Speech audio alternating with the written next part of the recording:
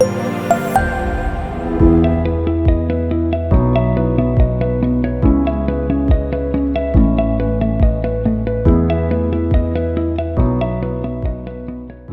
welcome Ankita Mehra to QueerTWENTY, the cohort of 2021. Ankita Mehra is currently working with CareerNet Technologies. She has been actively working towards ensuring hiring policies contribute to making corporate spaces in India more inclusive. Thank you so much for joining us. So, Ankita, let's start with a very basic question. Who are the two people that you draw immense strength from? I would say there are not just two people, there are more than two people because there have been a lot of folks who have been supporting me going against to the world. So the first one can definitely be my father because he was the one who gave me strength to do more in life. He was the one who was my inspiration. And he actually made sure that he's providing me all those facilities that make me grow. Right? Life is difficult out there when you are belonging to a community which is being ignorant from so many people, right? And you get scared to even come out to in front of your friends. So for me, my father became that strength because the day I came out to him, that day he made it easier for me. So number one person would be my father. Number two would be my sister. My sister, because she has done a lot for me, and I don't have any words to actually thank her because she was the first one to tell me about my sexuality. She was the first one to make me feel that it is completely fine to be you. She was the first one who helped me cut my hair short because my gender expressions were quite little masculine. Standing on all those odds was something was unexpected from any other sibling to do, but my sister had made it. So sibling support is one of the most important support I would say any queer person needs. And I have heard stories where siblings have blackmailed or humiliated their own sister or brother because of them being queer, and mostly they are scared of them, they're hiding stuff for them. There should be no boundaries in your sisters. That's where my sister created that safe zone for me.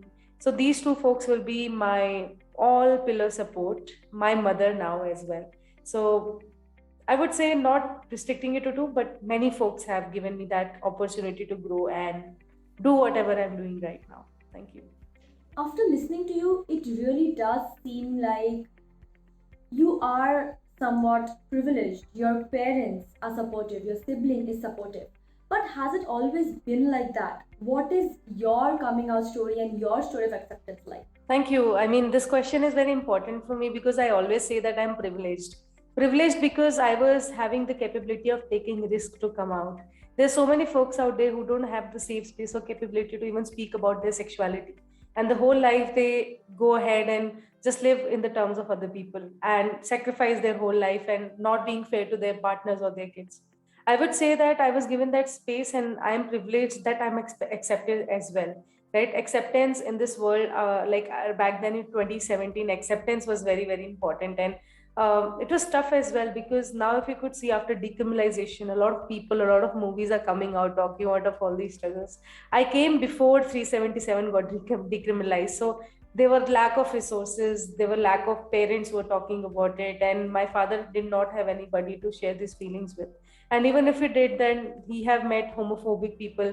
Like I still remember one of my therapists have told to my father, like I was going through depression because of my sexuality and acceptance, and it was a trauma altogether to complete the journey of at least taking the strength to come out, because I thought there's nothing to lose anymore because I'm already draining myself a lot mentally because of not being myself. So when my father chose to meet the doctor, my doctor was also, spreading homophobia by saying that conversion therapy is a solution. The reason why I'm saying coming out is a privilege because people out there, they do not have parents who accept them. Even if they come out, they are not accepted. So I would not say coming out is privilege. It is acceptance which is privilege. And in this world, you see, I have seen my friends, and it's not easy to hear their stories out. And I have heard stories where they were abused, and I can say that it is very close to me. Okay, this whole topic is very close to me because nobody out there can even sense that feeling of living not being you, or lying to your parents that this is not you, or going out with friends, dressing the way you never wanted to get dressed, not getting the right opportunity that you always wanted to be. that every step of exclusion is, exclusion should not be an option. So I would just say, I say I am privileged, but I also felt a lot of exclusion. Just imagine people who are not accepted also, how much privilege they are losing to. Me being privileged by getting accepted, by earning well, by doing well, but still I'm excluded in so many places. So I can say I'm privileged in queer people, but I'm not privileged in front of the regular world, which the society have built with spectrums of non-acceptance. When we do talk about parents accepting their queer kids, we have to also see how the environment that they were in, most of media misrepresented queer people, and there were caricatures, there were comedy sketches. So, what do you think is the process of slowly sensitizing them and then slowly ensuring that they accept their queer kids, and not only that, that we ourselves also remove the internalized homophobia that we have been growing up with? Acceptance of myself. So this is my sexuality and this is my life we are talking about. For me to accept my sexuality, to me to know about my sexuality, and to me to at least say that I'm not phobic towards this. So I have had words with so many queer people out there who had struggles in accepting themselves. They were homophobic themselves. They used to blame the God that why we are born this way. Why the hell you have given this life to us.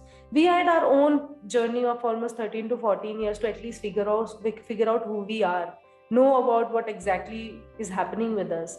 Are we having a disease? Are we going through something? Is there a black magic or something? I felt that, and I'm accepting it, that why I am the only one in the world who's feeling that way. Just imagine your parent who's like a generation before, mostly a generation before you, who have never had representatives, because queer people in that era, they used to just hide themselves. They were not coming out. Hardly 2 or 3 people were there who were accepting themselves out there, but the messaging was not given right to a lot of people, right? So I would say parents also have a big journey to face. First trouble is how my child will survive the society pressure, right? My parents also have that fear that how my daughter is going to adjust in the society. Sometimes I get freaked out that I don't even have answers to give them. That what I'll do, would I even get married? I don't even have answers myself. How can I expect my parents to have answers of that? Every parent goes through their own peaceful time to accept, but you always have opportunity to sensitize them. I'll give example like how my mother have been a queer ally now. She had taken her own peaceful 4 years of time. And when I came out, she was struggling a lot to know about me. My mother used to talk to my father about it. Now, mostly all of my relatives knows about me and they know how well I'm doing with life. It's just that parents should have right resources. अभी देखो, अभी ऐसे parent support groups आ गए, जैसे स्वीकार parent group आ गया है. तो स्वीकार पेरेंट ग्रुप में क्या होता है कि वो आपके पेरेंट्स से बात करते हैं और उनको एक्चुअल में रियलिटी बताते हैं कि व्हाट एग्जैक्टली इज हैपनिंग. ये बीमारी नहीं है, ये इसके लिए कोई आपको डॉक्टर के पास नहीं जाना है, ऐसे ही बच्चे पैदा होते हैं. शादी हो सकती है बट अभी लीगल नहीं है, बट हो पाएगी. पेरेंट्स को राइट्स के बारे में भी नहीं पता. तो अच्छा है कि स्वीकार पेरेंट्स जैसे ग्रुप बने हैं, but back then I can not imagine how many people have lost their their opportunity for acceptance. Like everybody have right to express the way they are, and because of the representation, yes, as you spoke about representation, many YouTube videos I just watch now, they are spreading homophobia. They are using words like chakka hijra as an abuse, and they don't even have an idea how much it hurts people, because that's an identity of somebody. If you're making identity as a slur and an abuse, then shameful, man. I mean, you should be ashamed of living in this era where people are talking about queer rights. People are made fun of just because they're using pronouns.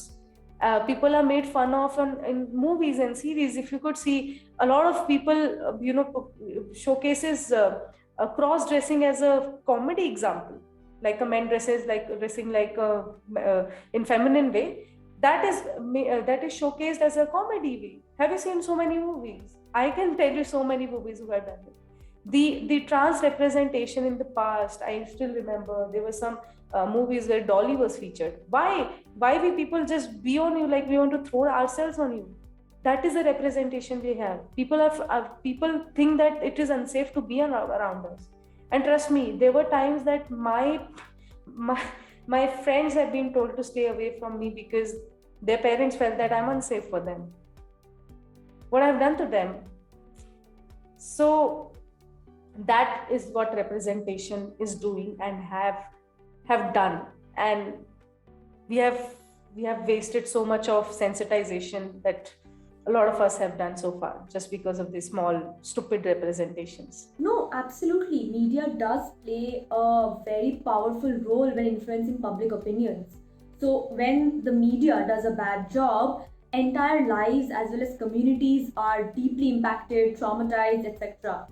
And as we go beyond metropolitan cities, maybe if we go to tier 2 and tier 3 cities, and let's not even talk about villages, the lack of representation and the lack of correct information can just become even more evident and much more of a problem. Yeah, see, tier 1, you could see colleges have sensitization programs. Colleges have internal pride groups. In tier 1 cities, you will see modern moms who watch a series like Friends and others, like you can get sensitized. They can have at least a representation in front of them. In tier 2 cities or tier 3 cities, I have not even met one single person or have a representation of the people who are from the community. I still remember when I was living in Nasik, just to connect with one lesbian, it was a difficult task. That too, I had reached out to so many people where one of a person gave me a reference of one person. That was the first lesbian woman I have met in Nasik. Just imagine a city of more than 3-4 crore people. That is how closeted and scattered we are to even showcase ourselves that we are queer. There was no pride group there. I'm talking about a city called Nasik. City called Nasik. Now just think about villages. Until and unless they're closeted, they are not even coming out. How you would be able to meet people from Nasik? I loved Nasik as a city, but the reason for me relocating from there is first job. Second is I don't have a community where I can belong to. I cannot meet people who are like me. In my whole college of almost 500 people, there was not even one single person who was from the community. It's not like they're not there. They're there, but they're not coming out. You can see now. You tell me how many people from your college were from who are out and proud. Maybe if we could say even one, that is a shameful number. There should be more because there are more. Did your college or school make you feel safe? So now talk about tier 2, tier 3 cities. My teachers were not sensitized. When my teachers got to know about me, then they used to like say, "Tumhe ladka banna hai kya? Are you like a boy or what?" Like the basic education in college to teachers who are your support system, who are your god. Like I treated all my teachers like god. I celebrated teachers day like a festival in our college. I still remember, but none of them were aware of even 1% of what LGBTQ plus means, what exactly we should learn. They just treated my short hair like a different style, or this girl is unique, or ye ladke jaisi ladki hai. I'm not ladke jaisi ladki, I'm ladki only. It is just my gender expression. Don't put my gender expression onto a spectrum. So these are the things that I have faced so far, and these are the problems which exist. And I'm 25-year-old right now. I'm not that old. Just imagine a few years back the situation was like this, and I can still see that there is a lot of things that we have to do so together to make it reach onto the right stage. And we have to work hard. We have to work really hard. So everyone who's watching right now, please be an ally. At least help us spread the word, because it's important to create that space, and allies like you can make us reach there faster. That's what I say always. I really hope that allies or to be allies take this to heart. Talking about allies and the importance that they hold, since you work in the corporates, where do you think inclusivity has reached in the corporate space? Okay, so inclusion, yes, it has been a dialogue for a lot of corporate organizations out there, and a lot of companies are taking their efforts to make it successful in their organization, like hiring people from the queer community, or maybe including them in each and every activity, giving them jobs in all sort of levels. But I would say there are some organization who still has to take some steps, because I have seen that they have not done even 2 or 3 hiring properly. Like, the people are leaving. The success of inclusion is when the folks that you have hired are not leaving your organization, and that will be done with the better policies, with better inclusive work, and as well as better inclusive infrastructure, and I would say health benefits too. The reason why I mentioned this point very aggressively, because one of my friends told me that transition is not just about operation, it is all about a journey. Operation is just 20% of it. It is all about how much you're emotionally draining yourself, how much medications are you taking, how many injections are you taking. You have multiple surgeries, like you have to do facial hair removal for in case of trans women. So, are you covering all of that? Are you taking off even small aspects to make us inclusive? That's where you become successful. So, yes, answering to your questions, corporates are doing a wonderful job. I can see in 2, 3 years only. In 3 years, we have seen corporates doing great work. It's just that we should include people from community, and we should actually have representations who can review it before it goes live, so it will help each and every organization to do better with their attention of employees. And the companies who have not taken steps so far, it is okay, because they're taking time to learn things and observe things. But still, it's not a very you should not get scared of LGBTQ inclusion. I mean, take a step, and it's a journey, and go ahead. We are there, people are there, we'll educate you. You can hire consultants, you can have inclusive organizations to help you for hiring, and also identifying the right roles as in job roles for people.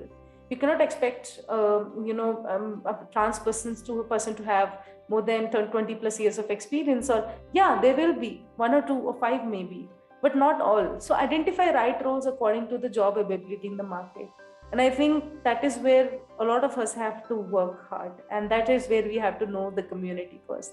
So it's just learning, it's step by step, and be patient, and we all will be there. And in 3 years, I should clap that we all have done a really great job. Thank you for ending that answer on such a positive note. But I'd still like to ask, previously you worked with Equiv. Equiv was also responsible for ensuring inclusive hiring and that people of all genders got jobs which are right for them. But what do you think are some obstacles that technology companies like Career Technologies or Equiv are facing when they try and implement the good intentions that they have? Okay, answering to this question is, there was multiple challenges that we as a team faced, and with the support of the whole incredible team and the whole CareerNet team, because we all came together with the intention to make it better and right, and we did not want to run a lot in the competition world, because we wanted to go slow and we wanted to do best, and that was a strategy which worked for us as a company ourselves. This was one of a problem, that we were just thinking about, oh, this person is doing that, this person is doing this, what are we doing? Sometimes you need to just stop and not just rush, but do one thing right, and that's where we succeeded. The problem that we faced was the candidates trust. The trust factor is very important when we talk about LGBTQ plus hiring, because as you can see, someone is very scared to even tell that, or even tell themselves that they're queer. Someone coming us and telling us that they are LGBT, and they're open to share that with the other company also, that they, and that type of trust, it was very difficult to maintain, and it took long time.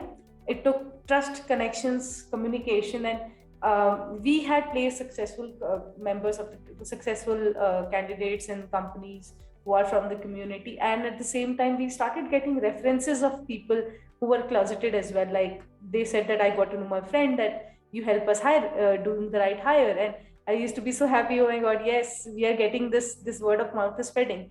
The one challenge which was very difficult was to maintain them, and as well as helping them to get the job. And that's where we succeeded, with patience, with a lot of secrecy, and maintaining that database confidential. And I would be very proud to say that until now, we have not got even one instance where we have gone wrong with anyone's intentions to trust us, and at the same time helping them to get the right inclusive job. The second problem that we face is the job identification, the right job talent in market. As in, if you could see, a lot of companies hire people in technology or non-technology, but the database that you have is limited. So identifying the right jobs according to the people that you have was a difficult task. But successfully, as you said, we have worked with multiple companies, and they had right intentions. When they had right intentions, they had all the years out, and they just said, Ankita, tell us how we can solve it together. And we had successful hires all together. We together were a company, and we worked together to ensure how we are doing justice to the engagement that we both are into, and at the same time provide job to people. And successfully we have closed so many positions with good hires. So very proud of all these operations, and very proud of the companies who were having all years out, and they were supporting us, being one of a consultant to them. But yeah, all the three hands worked, and now we are going slowly, but we are winning it. And I'm so proud of our team. So, Ankita, I really do want to ask you a question which holds a lot of importance, especially in the Indian ecosystem. You are somebody who identifies as a lesbian, you are from a tier 2 city. As an Indian women lesbian from the tier 2 city, what are your opinions on how inclusive the queer community is within itself, and especially for those who are double or triple marginalized?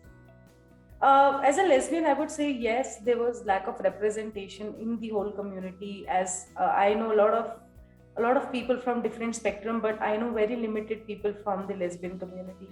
I don't know where the problem lies. Maybe because of the social spectrum too. Social spectrum, as in, like, women is not even allowed to work. Women is not even, like, I'm just talking about tier 2 cities, or tier 1, tier 2 or tier 3 cities. Women is not allowed to work. Even though they're allowed to work, they're not allowed to relocate from their cities. Even if they get the job, they're forced to do the job in their own city. So in that city also, they do not get inclusive groups, so they don't come out easily, or even they struggle to meet people who are like them. I'm just telling a story of someone I know closely. The same way it happens with a lot of folks out there. Because of women representation in the community, women as a lesbian women representation in the community becomes very difficult.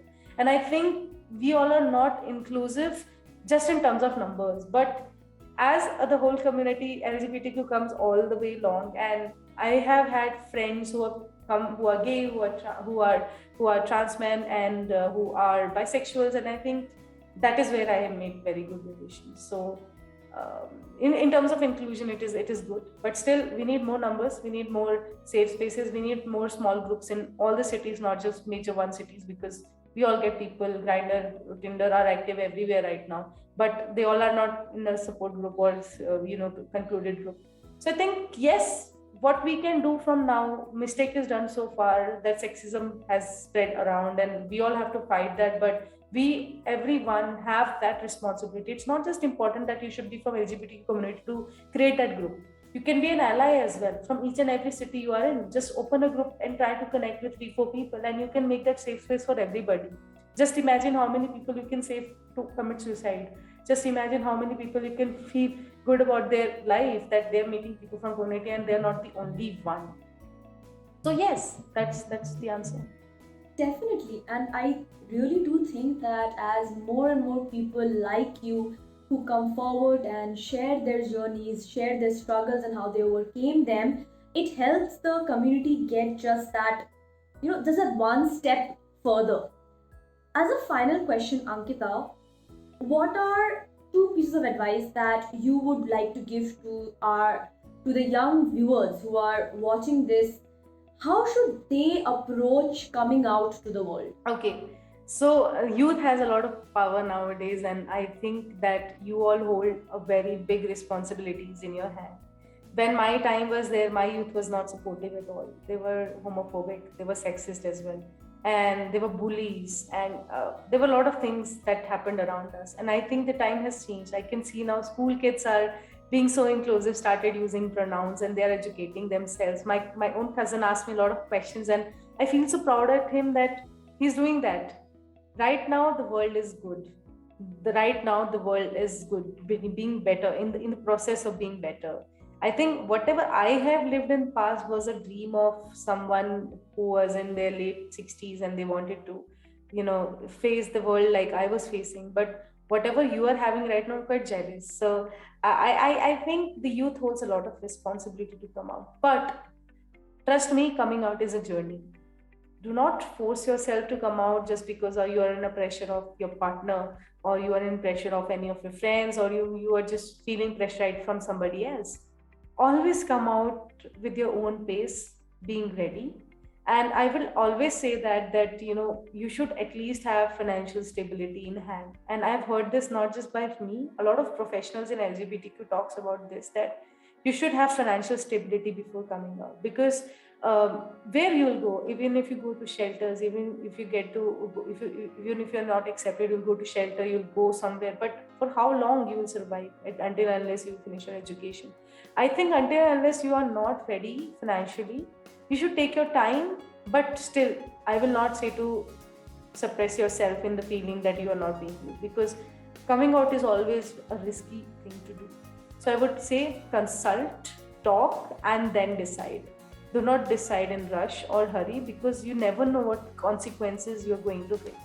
And these consequences can be little worrying as well, because a lot of parents have turned out where they send their kids to conversion therapy, they send their kids to hospitals, they also throw their kids out of the house, then they are not having money, they're not having shelter, then they have to forcefully come back to home, not being themselves. A lot of stories that I've heard where kids were locked in the room, they were not given food, they were not given any basic human rights. So you all have to be very careful, do not be in pressure. And I would always say, as an elder one, that because you are the youth, as you said, as the elder one, that please try to find stability, because world out there is not good. World out there is not at all good. And how I came out and how I have seen people coming out is they at least have one support, family support. So my support was my sister. So she got a job and she said, even though parents don't accept you, I will take care of you, I'll finish your education. Anyways, I was in final year. So at least have that one single person who can support you. And I want it to be better for you. I know it is difficult to take. I know it is exhausting. I know you feel you are the only one and why you are like that. But trust me, it's all going to be fine. Trust me, it is going to be better. And even if not, we are all going to be a family together. So take it. Thank you. On that sweet and hopeful note, thank you so much, Ankita, for coming here and sharing your journey and for being a part of QueerTWENTY, the cohort of 2021. Thanks for having me and supporting me with this. Take care of yourself.